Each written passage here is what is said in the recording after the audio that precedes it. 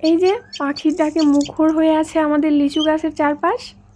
হ্যাঁ, আমাদের এই লিচু গাছটার বয়স প্রায় 5 বছর। লিচু গাছটা পুরোটাই মশারি দিয়ে ঢেকে দেওয়া হয়েছে। কিছুদিন আগে এই ভিডিওটা আমার শ্বশুর বাড়ির এক বৌদিকে দিয়ে পাঠিয়েছেন। তিনি গাছটার খুব রক্ষণাবেক্ষণ করার চেষ্টা করেছেন। বর্তমান লিচু গাছের বয়স প্রায় 5 বছর হলেও এর আগেও লিচু গাছ লাগানো হয়েছিল। গরু ছাগলের উৎপাতে গাছটা টেকানো সম্ভব হয়নি।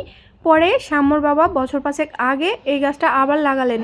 আসলে আমার বাবার বাড়িতে লিচু গাছ লাগানোর মতো কোনো স্পেস ছিল না। এই জন্য আমার খুব ইচ্ছে ছিল একটা লিচু গাছ ওঠানোর। শাম্মর বাবাকে বারবার বলতাম লিচু গাছ লাগাতে, ও 2বার চেষ্টা করেছে। যাই হোক, দ্বিতীয়বারে সফল হয়েছে, কারণ সেবার তো আমি এসে গেছিলাম। শাম্ম পাকা আম খেতে পারে না। শাম্মর জন্য কিছু কাঁচা আম আর এই লিচুগুলো আজ আমার শ্বশুর আমাদের জন্য পাঠিয়েছেন। এই যে লিচুগুলো, এগুলো আমাদের বাড়ির গাছের লিচু। আমাদের লিচু গাছ লাগানো হয়েছে প্রায় 5 বছর। এইবার আগস্ট আসলে 5 বছর পূর্ণ হবে। তো এই বছরই লিচুগুলো ভালো মতো গাছে আছে। বেশ কিছু লিচু ছিল, 8-900 লিচু হবে। তো সপ্তাহখানেক হলো চোরের উৎপাত খুব। নেট দিয়ে ঘিরে দেওয়া হয়েছে, তারপরেও চোর খুব উৎপাত শুরু করেছে। মানে গাছে হয়তো বা আর 200-250 লিচু আছে। এ কারণে আমার শ্বশুর আমাদেরকে কিছু লিচু পাঠিয়ে দিলেন, কারণ আমাদেরকে ছাড়া খাইতে তার ভালো লাগছে না। এদিকে সাম্য আছে। যাই হোক, ভাগ্যে যা আছে তাই মেনে নিতে হবে।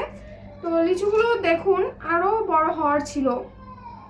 যেহেতু বাড়ির গাছ আর কোনো রকম সার ওষুধ নেই, প্রাকৃতিকভাবে ফলগুলো হয়েছে। আমরা খেয়েছি, তারপরেও আপনাদেরকে একটু দেখাচ্ছি যে কেমন। কি বলবো, আসলে চোরের তো কোনো ধর্ম থাকে না।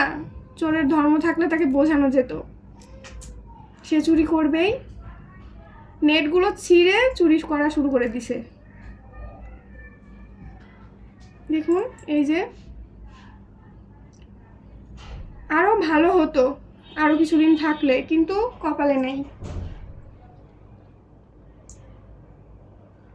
মোটামুটি ভালো, মানে টেস্ট তো খুব সুন্দর। দেশি লিচু জানেনই তো, হালকা টক হালকা মিষ্টি। আমার ধারণা এটা যদি পুরোপুরি বড় হতো, পাকতো, পুরো মিষ্টি হতো, আরো ভালো হতো। তো আপনাদের সঙ্গে একটু শেয়ার করলাম। আরো পরের বছর যদি আরো ভালোভাবে হয়, আমরা আরো কিছু লিচু রাখার চেষ্টা করব। ইচ্ছে ছিল সবাই মিলে একসঙ্গে খাবো, কিন্তু চোরের উৎপাতে আর সেটা সম্ভব হলো না।